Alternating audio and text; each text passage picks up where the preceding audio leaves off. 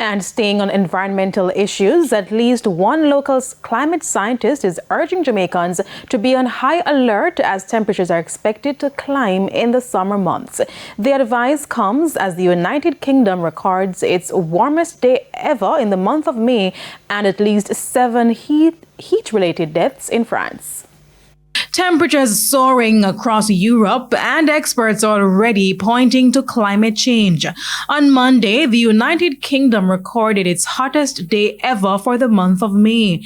Temperatures climbed to 34.8 degrees Celsius. Then on Tuesday, the record was again broken as temperatures reached 35 degrees. It is concerning, but I guess because as a scientist, it is what we have been saying all along that would happen, so it is kind of expected.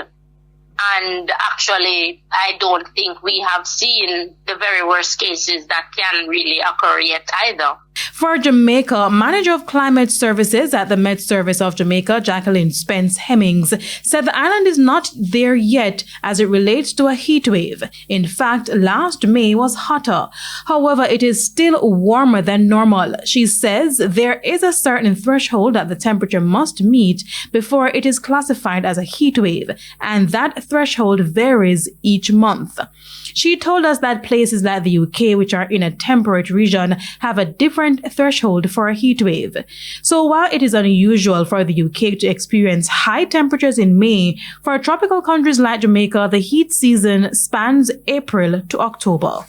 I have seen where both airports recorded some days of temperatures higher than 1 degree than what they would normally get for the maximum temperatures. So for Manly, the maximum temperature expected for May is about 31.9, and they have recorded several days of 33s, 32.9. Several of those have been seen. Similarly, for Sangster Airport, we have seen days where they have recorded at least 1 degree higher than the maximum temperatures that we are used to for May for those locations.